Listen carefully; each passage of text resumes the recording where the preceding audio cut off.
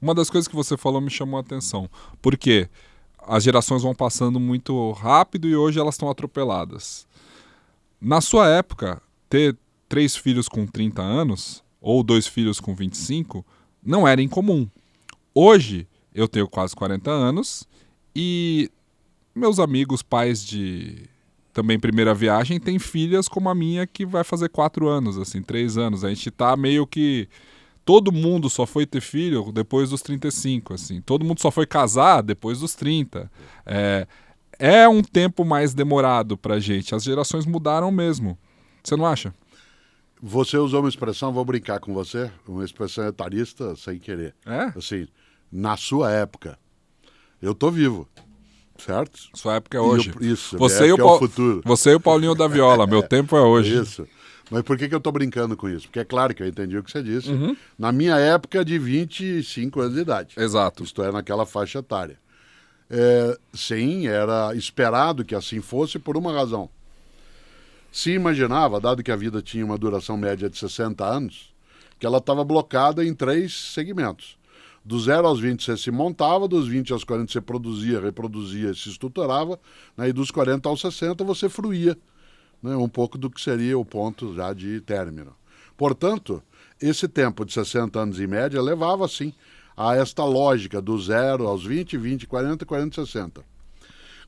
Tanto que a ideia de idoso hoje, né, ela começa com 60, mas ela não era assim. Né? Do ponto de vista da lei, uma pessoa idosa é aquela de 60 a mais. E o que você acha desses eufemismos, tipo melhor idade? Então, Você acha... eu tenho uma briga antiga e boa, amorosa, com Terezinha Azevedo Rios, com quem eu tenho um livro, chamado Vivemos Mais, Vivemos Bem. Até sobre etarismo a gente fala nele. Porque a Terezinha Rios prefere, de jeito inteligente, ela é da minha área de filosofia, ela prefere o termo velho. E eu não uso o termo velho, você sabe, eu uso o termo idoso. Né? Mesmo em outros idiomas, eu prefiro trabalhar com a ideia de idoso do que com a ideia de velho. Eu prefiro trabalhar com a noção de elder em inglês do que de older. Né? Por que isso? Porque eu acho que quando você trabalha com a noção de velho, você está demonstrando algo que é uma perda de vitalidade. Já é um julgamento. Isso, já é um julgamento prévio. A Terezinha brincava, e é verdade, isso é usual. Até a simbologia nas placas, ela é de alguém caquético. Né? Para você indicar um idoso para ocupar o seu lugar, para ele ter prioridade, é alguém encurvado, era, né? Quase sempre, era alguém encurvado com a bengalinha na mão, já usando o termo grego aí, caquético. Né? Isto é feio, naquele modo de ser. E uma das coisas que eu acho que a gente alterou, Pedro, é que o etarismo, ele é hoje muito mais uma ausência de compreensão do que uma disputa de lugar. Porque pessoas com bastante idade não disputam lugar ainda, mas vão disputar. Vários países no mundo estão revendo suas políticas previdenciárias por conta das pessoas mais idosas. E você sabe Uma das que coisas que em 2020, em 2020 foi mais ameaçadora, por exemplo, para mim, na idade que tenho, é que houve uma identificação entre Covid e pessoa com mais idade. Uma das brincadeiras mais gostosas, eu até menciono isso numa revisão do livro com a Terezinha, era quando se dizia que os idosos, ou os velhos, que eram umas vítimas preferenciais e, portanto, lotavam os hospitais, né? Havia uma brincadeira que tem até hoje, né, no mundo digital, é quase um meme, que passava o caminhão catavéia, não sei se você lembra, né? O caminhão catavéio, e aí o cara ia anunciando, aqueles anúncios do interior, né, que põe um caminhãozinho com um alto-falante, ó o caminhão catavéio, aí os velhos tudo correndo para dentro de casa. Esse modo de olhar, ele não é uma disputa mais de mercado, mas de sobrevivência previdenciária. O Brasil está a um ponto percentual de ter mais pessoas ligadas à Previdência como sendo a sua fonte de renda do que a força de trabalho. Pois é, segundo dados divulgados pelo IBGE, o ano passado que esses dados saíram, 10% das pessoas tem 65 anos ou mais. Prefeito de comparação, em 2012, que foi o início da série histórica, era 7,7% da população. Segundo o IBGE, a proporção é que em 2060, 25 49%, ou seja, quase 26% da população vai ter mais de 65 anos. Isso sim será a disputa, não o mercado de trabalho em si. Eu estarei entre eles, espero. Não. Estarei com 73. Eu não estarei entre eles, eu terei deixado de estar. Eu acho que você... Eu estou entre eles hoje, né, nesse sentido. Você vai estar na forma de uma inteligência artificial, que a gente vai colocar o cérebro do Cortella no computador. Embora a gente tenha uma discussão em filosofia sobre o que é inteligência artificial e qual não é. Né?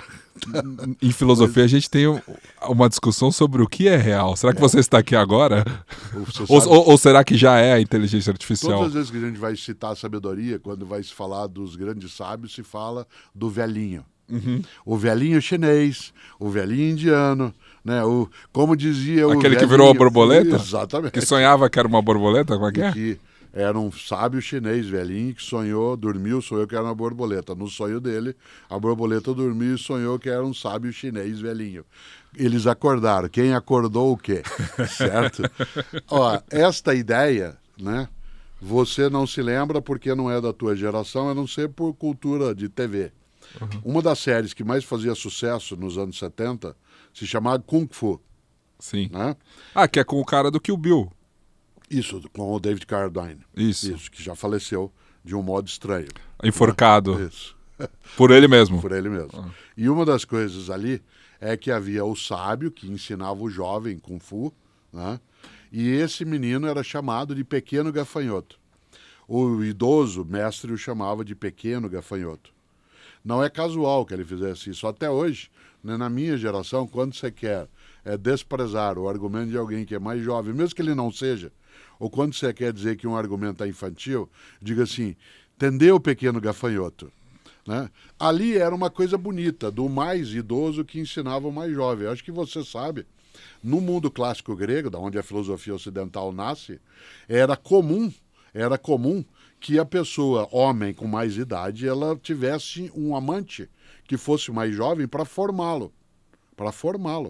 Dado que a homossexualidade masculina, no mundo clássico grego, ela não era, né, um interdito e nem era considerado algo, né, que não se deveria ter, esta lógica, não da feminina, da masculina, ela colocava que alguém com mais idade pudesse formar alguém nas artes do conhecimento, nas artes da sensualidade. Ela não era uma prática sexual, estrito sensu. Né? Ela era, isso sim, uma maneira, a homoafetividade, mais do que tudo, uma maneira de formação. Né? Nessa hora, quando você olha... Pegava para criar, literalmente. Pegava para criar, literalmente. Né? Não era uma coisa de daddy, né? de sugar daddy, como se fala depois. Era um princípio de formação. Né? A pessoa que era mais idosa, que era veterano, para usar o termo latino, que era vetusto, que já era veterano, era ele que formava o mais jovem e, portanto, o trazia para as várias artes, entre elas a arte do amor e tudo mais. Se você olhar, um pensador do porte de Sócrates, ele tinha um jovem, né, que ele ajudava a formar e de quem ele era, entre aspas, amante, no sentido não sexual, mas sensual e eventualmente sexual, que era Alcibíades, que era um general mais tarde, que foi um dos grandes generais do mundo ateniense, né, e que fez parte, né, da formação. Se você olhar, né, em relação a Júlio César, é clássica a afirmação daquele período, né, ele, um dos maiores generais da história, né, ocidental, se falei a César, o homem de todas as mulheres e a mulher de todos os homens. Né? Esta marca que não tinha nada do preconceito em relação à orientação sexual, porque não era uma questão de orientação sexual. Né? Ela era uma questão de formação, se fazia a valorização daquele que era mais idoso. E agora eu chego a um ponto. A política ela era feita por um conselho de anciãos em várias sociedades.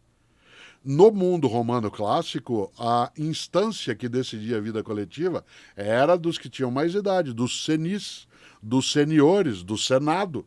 Né? A ideia de um senado é exatamente de pessoas com mais idade. Em algumas religiões, você faz um conselho dos que têm mais idade, no latim presby, né? Então você faz um presbitério.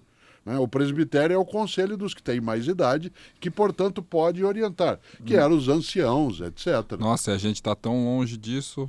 Nós estamos longe disso. Nós estamos longe, mas nós não deixamos de procurar o conselho de algumas pessoas. A grande novidade para mim é que antes eu procuraria o conselho de uma pessoa com mais idade para algumas coisas. E hoje eu procuro o conselho de alguém como você, que tem menos idade que eu, do que o André, teu irmão, do que a Carol, todos que têm menos idade, para várias coisas. Inclusive porque existe um mundo em que a familiaridade maior é de quem tem menos idade. Sim. Não é que eu não seja capaz de aprender, mas é porque ele é mais familiar, isto é, ele é mais habitual, né, para aquilo que você tem. Por isso, de novo, o etarismo ele é uma perda de tempo à medida em que ele, ao relegar a um plano secundário uma pessoa porque ela tem mais ou menos idade do que eu, acabo perdendo uma fonte de conhecimento, né, que seria muito importante. Agora, o tempo passa. E biologicamente, porque você está com quase 70 anos agora, falando do lado mais pessoal, que você sente de desvantagem e o que você sente de vantagem em envelhecer? Você tem uma experiência maior, se ela for adensada, fisicamente você não tem tantas vantagens. Eu costumo dizer que a gente tem 2 pontos de conexão. Eu não sou pela percepção do Nietzsche, do eterno retorno, nem da vida em ciclo. Eu não acho que a gente fecha ciclos, essa não é uma percepção minha. Mas desse pensamento eu herdo uma ideia. Nossos pontos de partida e nossos pontos de chegada na vida são muito assemelhados. Aos 6 meses de idade, 1 ano de idade, eu tinha que ser carregado, alimentado, higienizado, em alguns momentos empurrado num carrinho. Na minha idade ainda não, mas pode ser que sim. Eu vou ser empurrado numa cadeira de roda, eu vou ser cuidado, eu vou usar fralda de novo, né? Eu terei que ser alimentado. É aquele filme do Brad Pitt. Como que é? Que ele começa velho e ele... É o Brad Pitt? Eu não me lembro. Benjamin Button. Exatamente. Obrigado, Ana. Beija a nossa equipe aqui auxiliando também com referências. É O Segredo de Benjamin Button, se não me engano. Esses 2 polos, quando você me pergunta como é que você se sente, é muito ruim eu imaginar que há 20 anos, por exemplo, eu atravessaria uma avenida correndo se eu precisasse sem nenhuma dificuldade.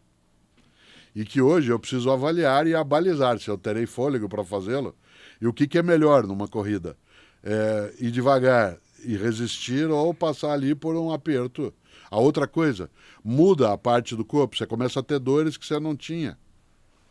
Começa também a ter uma percepção, né, daquilo que é mais degradação em relação às condições de saúde. A ideia de que o fim está próximo e que o fim só está no meio, no dicionário, né, ela é uma coisa concreta. Você pergunta assim, você aos 70 anos fica pensando no final, não tem como não fazê-lo. Quando você pensa isso aos 15, 20, você pensa de modo romântico. Isto é, um dia vai, né, mas vai ser um final heróico. Não necessariamente quando você tem 70. Esta noção de uma passagem do tempo que é inexorável e que, portanto, usar uma expressão que eu brinco vez ou outra, que o meu cartão de crédito tem mais validade do que eu, certo? E que quando você diz assim, não, porque o IBGE, na estatística, mostrou que em 2053, a probabilidade de eu estar em 2053, ela é muito restrita. Ela não é uma impossibilidade, mas eu estar presencialmente... Você vai ter 99 anos. Não, menos um pouco. 53? Né? Quase 100, né? Quase 100, 99. Isso, exatamente. Você já imaginou? Por que eu não quereria? O Chico Anísio dizia, eu não tenho medo de morrer, eu tenho pena. Mas também não tenho medo de morrer, eu tenho medo de continuar vivendo sem que tenha dignidade em relação a isso. Em que o meu senão fica maior do que as coisas que eu tenho. Você já deixou avisado pra gente da Sim. família que você não tem interesse de... Não quero obstinação terapêutica, não quero uso de manobras ressuscitatórias que apenas prolonguem. Qual é a finalidade? Agora, eu me lembro, minha mãe Emília, o que faleceu aos 93 anos de idade, o quanto que para ela a passagem do tempo ela era contraditória, porque ela queria continuar vivendo, mas quanto mais ela vivia, mais perdas à volta dela ela tinha, porque se você vive até 93, você perde muita gente com 80 que estavam, que quando você fez 80 elas foram todo o teu lugar, a tua volta, o bairro onde você vive. O mundo para de fazer sentido. No final o mundo já não fazia sentido para ela. Porque ela tem que viver daquilo que já foi. né? Viver daquilo que já foi, porque o será, em tese, ele não teria. No entanto... Para o meu avô também, o Jair. Sim. Os últimos anos de vida dele já era uma falta de pertencimento, assim, de achar o... Pra que eu tô aqui ainda, né?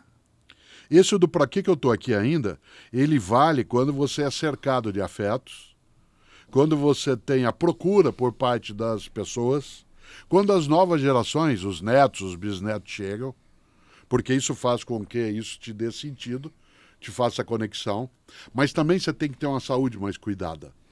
Porque a degradação, você lembrou, vô Jair, né? O fato dele estar no momento em que ele tinha muitas dores, em que ele Não tinha conseguia andar. né, não conseguia andar, que ele não tinha autonomia. Tinha cuidadora, dormia Alguém a que maior era parte vivaz, do tempo. como ele, sempre animado, e aí começa a ter isso, vai perdendo de fato essa conexão, né?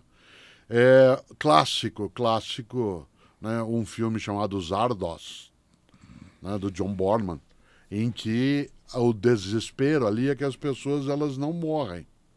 É uma comunidade que não morre, porque eles chegaram a produzir um cristal que gera imortalidade, e depois de 400 anos eles não conseguem mais viver. Há tudo do mesmo modo, o tempo todo, as mesmas situações, as mesmas pessoas.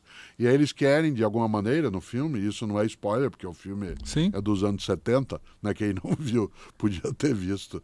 Uma das coisas fortes é que eles querem que o cristal seja quebrado e eles possam morrer. Uma das cenas mais impactantes na minha vida, e eu tinha uns 18 anos quando eu vi isso, é a cena em que um grupo de não imortais, que é comandado pelo Sean Connery, né? Eles são capazes de entrar na cidade dos imortais, quebra o cristal e as pessoas vêm se apresentar para morrer, para serem fuziladas, e em grande alegria se abraçando para poderem morrer. E ao fundo, o segundo movimento da Sétima Sinfonia de Beethoven é um negócio que nunca mais saiu da minha cabeça. Isto é, a morte como alegria. Quando eu digo isso, não significa que eu esteja desejando morrer, mas eu também não quero qualquer vida. Isso significa que, se alguém disser, você já está velho, você é inútil, você não produz mais, você só é um encargo para nós, eu até sou capaz de resistir. Isto é, dizer, não sou isso, eu sou capaz de muita coisa, vocês vão ver. Chá comigo. Vocês vão ter que me engolir. Exatamente. Mas, se eu percebo isso, isto é, que eu estou inútil para mim, que não faz mais sentido, você vai perdendo vitalidade. Você acha que as pessoas idosas elas perdem valor social quando elas aposentam? Isso é um sintoma dessa nossa sociedade de produtivismo, que o indivíduo só tem valor pelo que ele produz, ou seja, a partir do momento que ele para de produzir, ele também acha que é melhor morrer, porque...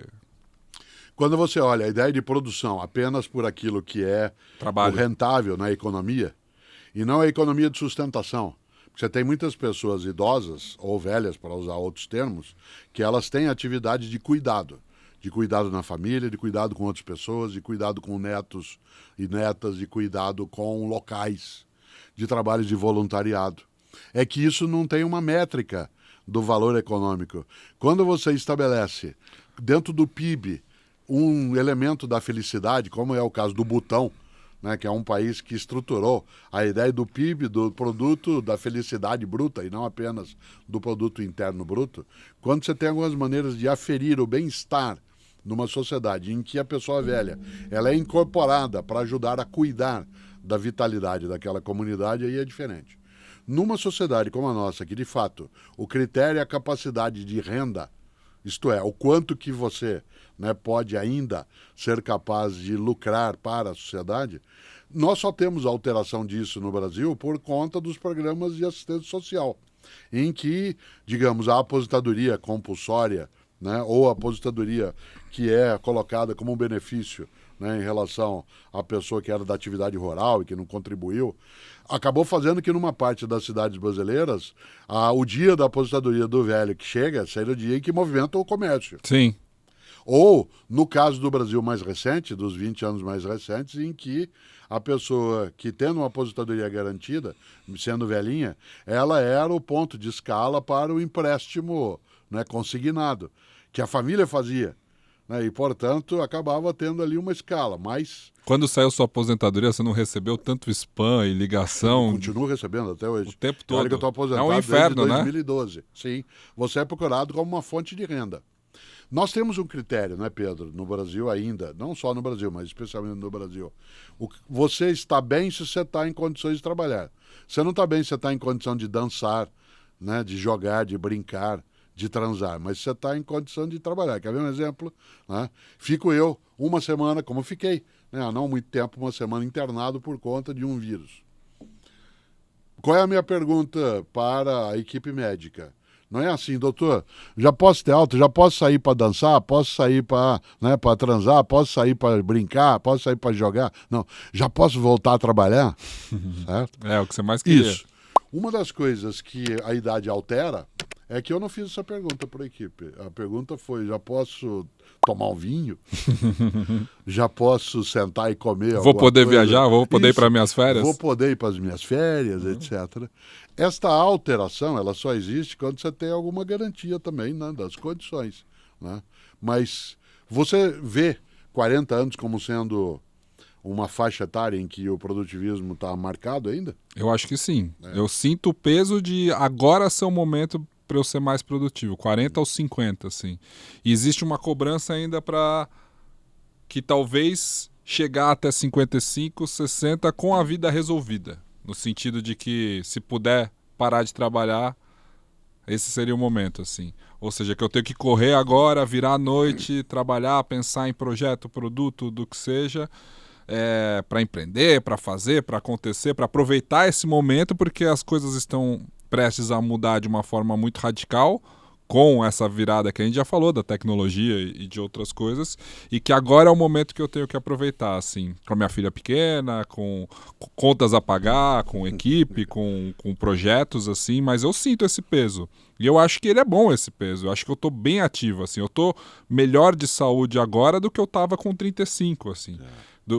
Talvez não do que eu tava com 30, porque a virada dos 29 para os 30 eu lembro que foi uma porrada do envelhecimento. Você percebeu isso? Não, não. Eu percebi porque eu estava solteiro na época e até os 30 anos eu não tinha ressaca.